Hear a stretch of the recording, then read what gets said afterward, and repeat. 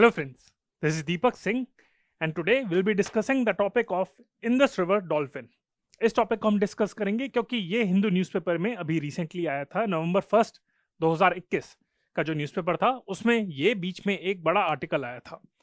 तो article start करने से पहले मैं सोच रहा हूँ कि कुछ कौन बनेगा करोड़पति टाइप कुछ एक क्विज कंपटीशन हो जाए जिसमें आपको प्राइज मनी तो कुछ नहीं मिलेगा, आप चाहे सारे आंसर ठीक दीजिए, पर एटलीस्ट ये इंश्योर हो जाएगा कि कौन बनेगा करोड़पति की जगह हम, या फिर ये खेल सकते हैं कौन बनेगा प्रीलिम्सपति। आपकी प्रीलिम्स की प्रिपरेशन बढ़िया करा देंगे हम आपसे। अगर मैं आपसे, और आप लोगों ने देखा भी होगा कि एनवायरमेंट की वेटेज बड़ी है, कुछ ना कुछ क्वेश्चन तो पूछ ही लेते हैं। In fact I would say environment is the deciding factor, क्योंकि लोग क्या करते हैं, हिस्ट्री, पॉलिटी, ज्योग्राफी वो तो चाट लेते हैं, वो इधर से पढ़ा उधर से पढ़ा, यहाँ की क्लास करी वहाँ की क्लास करी, EQ बायस पे यहाँ पे लेक्चर देख लिए, पर एनवायरमेंट में लोग थोड़ा गड़बड़ कर जाते हैं, लाइटली ले जाते हैं। जैसे हम लोग वैसे भी अपनी एनवायरमेंट को लाइटली लेते हैं। इसी वजह से शायद COP 26 की जो समिट है, जिसके पीछे मैंने अपना एक आर्टिकल, एक वीडियो भी यहाँ पर रिलीज करा है, तो वो भी है। तो ये सब चीज़ें चल रही हैं। तो इसी कंटेक्स्ट में एनवायरमेंट, मैं आप लोगों को एक सजेशन देना चाहूँगा कि एनवायरमेंट को कभी लाइट नहीं मत लीजिए। जो स्पीशीज आते हैं हिंदू न्यूज़पेपर में बहुत इंपॉर्टेंट बढ़िया तरीके से कवर करा जाता है। जो एनवायरमेंट के स्पीशीज है, काफ़ी लोग होते हैं ना कि वो कहते हैं कि यार हम हिंदू नहीं पढ़ रहे। इनफैक्ट मैं कहूँगा कि हिंदू की एनवायरमेंट की स्पीशीज की कवरेज सबसे बढ़िया होती है। तो पहली बात तो ये कि इसलिए रेगुलरली हिंदू को भी पढ़ते रहिए और एनवायरमेंट के स्पीशीज को कभी इग्नोर मत करिएगा, क्योंकि 2-3 क्वेश्चन हमेशा डिसाइडिंग फैक्टर होते हैं। वही डिसाइड करते हैं कि प्रीलिम्स में आप क्लियर कर पाएंगे या नहीं। एंड अकॉर्डिंग टू मी, जो मेरा एक्सपीरियंस जितना भी रहा है, तो एनवायरमेंट बहुत इंपॉर्टेंट है। तो उसी कंटेक्स्ट में मैं आपसे कुछ क्वेश्चन पूछ लेता हूँ आज, ठीक है।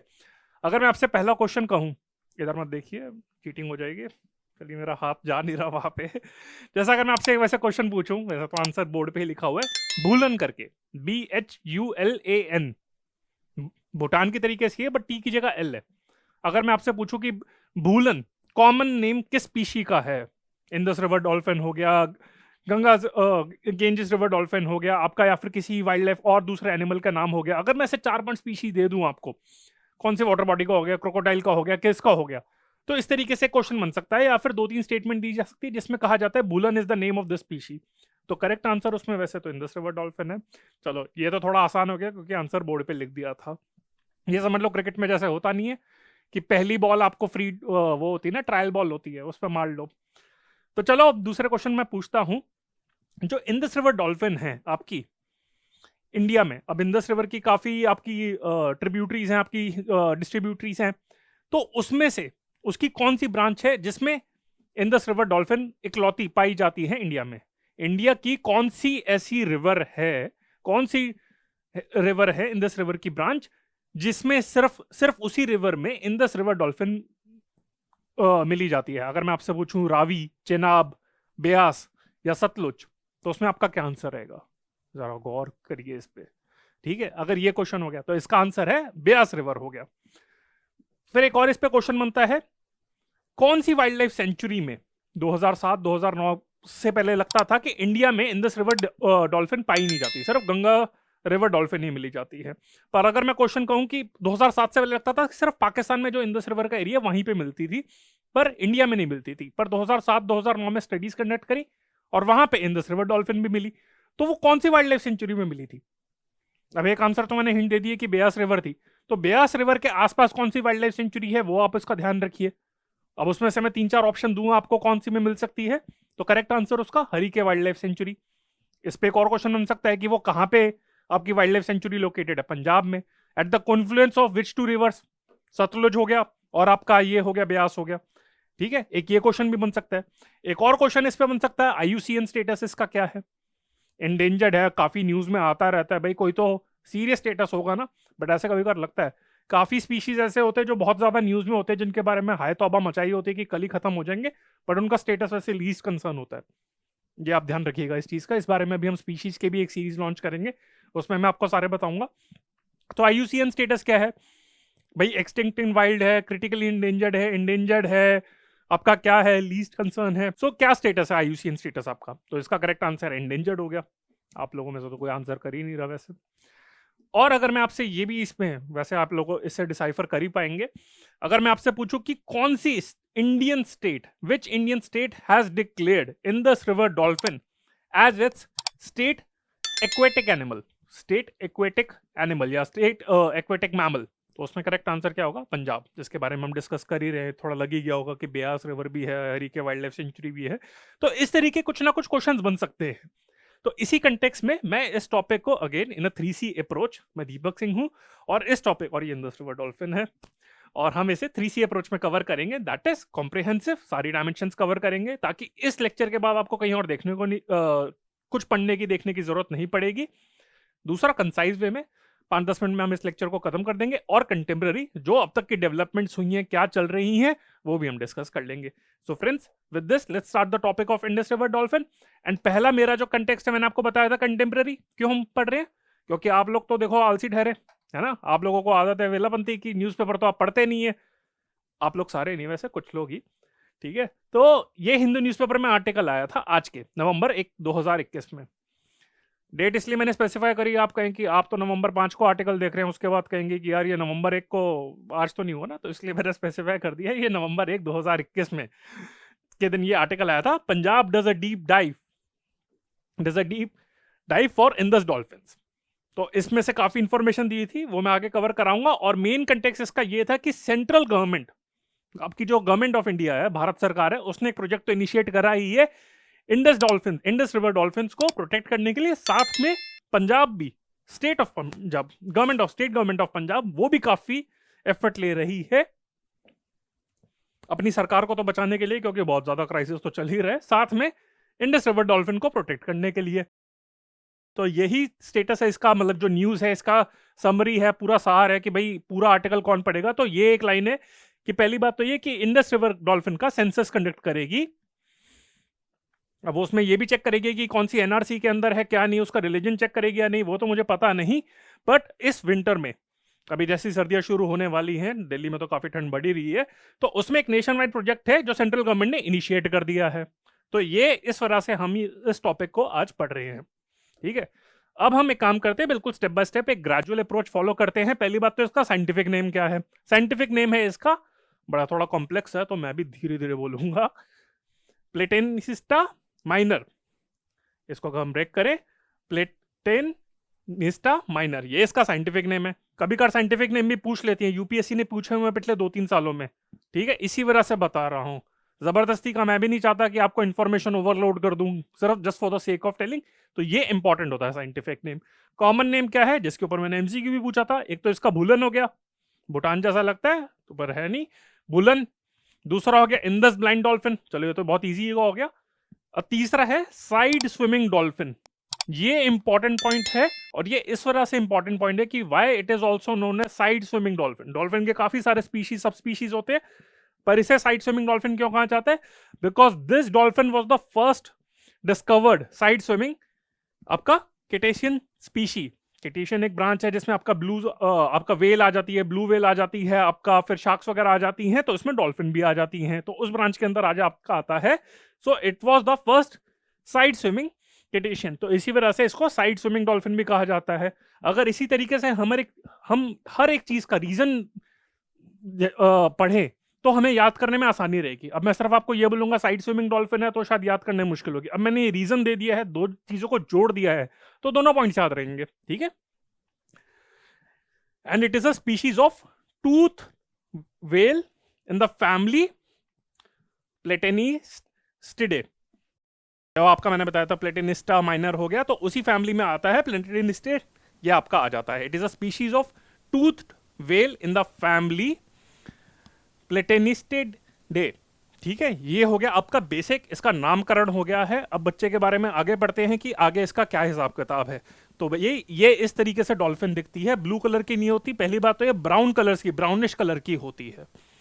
वो आपने बचपन में आपने अपनी ड्राइंग के टाइम में वहां पे ब्लू कलर का बना दिया होगा, पर ऐसा नहीं, ये इसका है। और बाकी सारी डॉल्फिन्स की तरह इसकी चोंच भी काफी लंबी है, और आप इसको देख रहे होंगे, आप जूम करके देख सकते हैं इसका कि, और इसका वैसे गूगल पे भी स्पीशीज आप इसकी फोटोज देख सकते हैं कि इसके दांत दिख रहे हैं, जबकि इसने मुंह अपना बंद करा हुआ है, ठीक है। तो इसके दांत दिख रहे हैं, तो ये दो इंपॉर्टेंट फीचर हो गए, ठीक है। इसका डॉर्सल फिन नहीं है। डॉर्सल फिन होता है जो आपका वेल का ऐसे इस तरीके से निकला नहीं होता, पीछे हम बैक टाइप का होता है, वो डॉर्सल फिन होता है, वो इसका नहीं है, बस हल्का सा लंप है। और ये हो गया पहला।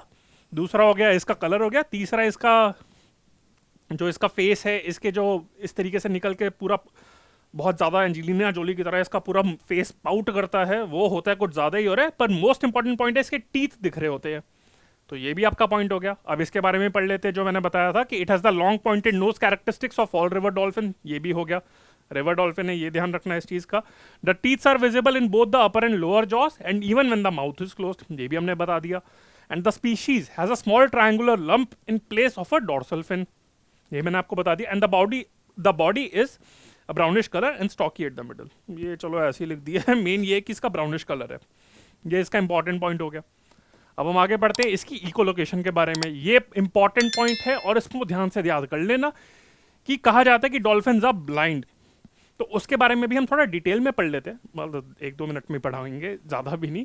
The species does not have a crystalline eye lens making it functionally और इफेक्टिवली ब्लाइंड, तो टोटली ब्लाइंड नहीं है, इसको सेंस होती है, ठीक है, intensity and direction of light, जैसे आयुष्मान खुराना अंधाधुन मूवी में कहता है ना, वैसे तो वो झूठ बोल रहा था, पता नहीं डॉल्फिन भी हमारे साथ अंधाधुन खेल रही है नहीं, वो कहता है ना कि मुझे हाँ उजाले और उसकी समझ होती है, तो डॉल्फिन को भी थोड़ा बहुत पता चलता है कि डायरेक्शन किस तरफ से लाइट आ रही है, कितनी स्ट्रांग है लाइट है, पर उसको पता नहीं चल पाता कि मतलब ढंग से देख नहीं सकता, वो अपने काम का डेली उसको जो काम होता है, उसको वहाँ पे राजेंद्र नगर में AQ बायस किस तरीके से जाना है वो उसको नहीं पता, ठीक है, तो ये होता है उसका फंक्शनली ब्लाइंड। तो वो काम कैसे करती है, ठीक है, इसको सिर्फ functionally blind, it does not have a crystalline eye lens, it's not like it's totally blind, थोड़ा बहुत इसको आइडिया रहता है, बट काम डेली काम काज जो होता है वो इस तरीके से देख के नहीं कर सकती। और वो कैसे कर सकती है फिर, किस तरीके से अपना काम करती है, it does its navigation and hunting using echolocation also called biosonar. अब यूपीएससी बड़े चालू हैं, उनको लगा होगा इकोलोकेशन के बारे में तो आपने पढ़ लिया होगा, तो वो हो सकता है कि इकोलोकेशन की जगह बायोसोनार के बारे में पढ़ ले, और उन्हें लग रहा होगा कि चाइना ने कोई नई डेवलपमेंट कर दी है, पर ऐसा कुछ नहीं है। Biosonar is just another word for echolocation. And what is it, कि अगर एनिमल्स को नेविगेट कैसे करना होता है, काफ़ी सारे एनिमल्स होते हैं जो इकोलोकेशन का यूज़ करते हैं, one of them is dolphin. तो इकोलोकेशन का क्या करते हैं, वो इको करते हैं, तो इकोलोकेशन एनिमल क्या करते हैं, इकोलोकेटिंग एनिमल्स वो आवाज़ निकालते हैं, इको करती है सराउंडिंग में, अपनी एनवायरनमेंट में नॉर्मल इको करते रहते हैं, उसके बाद आवाज़ बाउंस बैक होती है, और उसके बेसिस पे वो जज कर लेते हैं कि ऑब्जेक्ट या फिर मेरी सराउंडिंग में क्या है और किस टाइप का ऑब्जेक्ट है, किस तरीके से है।